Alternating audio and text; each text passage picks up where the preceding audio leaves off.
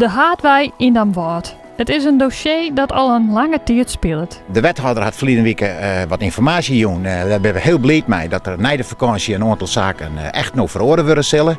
Het is zo dat wij als buurt, maar ook als bedrijven, ondernemers, squallen, LTO, eigenlijk alle geledingen uit de maatschappij meepraat in de klankbordgroep. En daar is uitkwam dat de dik eigenlijk worden is wat er nou is. Maar ja, dat betekent wel mijn compromis. En dat is voor sommige mensen onduidelijk. Daarom zou het heel mooi wijzen dat er hele goede informatie in wordt over hoe de dik eigenlijk gebruikt worden moet. Dat is dus tas zijn door de gemeente. Al heel lang, jarenlang eigenlijk al. En daar is net volle van kwam. Dus wij willen graag de gemeente nou echt oproepen en de wethouder om dat nou echt daadwerkelijk met daadkracht te doen. Zoals dus echt beloofd is. We waren al sinds 1984 onder Haardwei. Concreet wat de praktische invulling van de herinrichting betreft.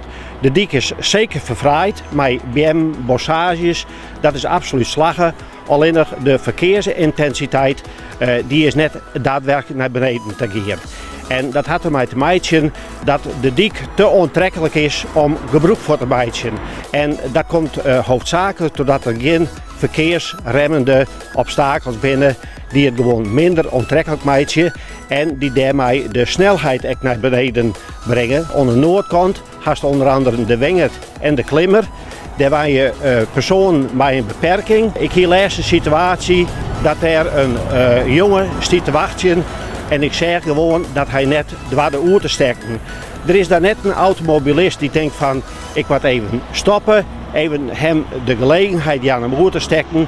Ik ga hem vervolgens bij de hoornaam en mijn naam naar richting het winkelcentrum. Wat is doel wie mij deze dik wie de verbindende factor in het dorp wijzen? Nou, dat is wel aardig slagen. Jongen naar de Koningsdij wat we nu hebben op een deel van de Haardwei. En jongen naar het feest wat we hier op een kruiswei gaan. Dat is een stukje verbinding. Dat hier wint erg. En een stukje veiligheid. Nou, dat is ook wel aardig slagen.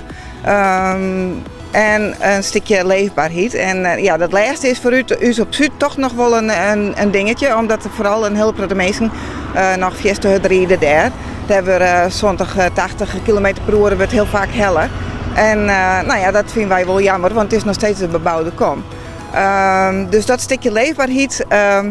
Ja, de Centrale Aas had een hele grote onderzoeking gewoon. Het nadeel daarvan is dus dat nou er veel volle ruimte is om het te rijden. Dus ja, een duidelijk onjaan. Wat binnen de regels op de Haardwei? Hoe gaan we nou mijn man erom? Dat je geen duidelijkheid over is, wordt wel bevestigd door de mensen op straten. Er komen wel eens mensen van de andere kant auto's. Maar wie daar zelf fietsen? Soms jussen net, dat is gevaarlijk hè. Ze moeten er steeds maar een rondje van mij zien. En dan gewoon haaien tussen, waar het eerst mij. Want we zeggen waar is eerst mij? Want je komt hier waar en daar en daar en daar. Ja, waar maar eerst. Op Kruiswei, nou daar heb ik net zo volle moeite mee. Dat is op zich wel redelijk duidelijk. Al wie mijn voorkeur wel de rotondes die wij hier. Maar hier bij het winkelcentrum, nou dat is echt wel een drama. Het is gewoon, mensen weten net wanneer het ze voorrang hadden bij mensen die geen binnen terug. Ik denk dat dat echt een drama is naarmate dat ze dat verloren hebben. En ja, ik zou graag zien dat dat de oorzaak was. Iedereen die docht maar wat en het valt mij dat er nog geen groot ongemakken gebeurt binnen.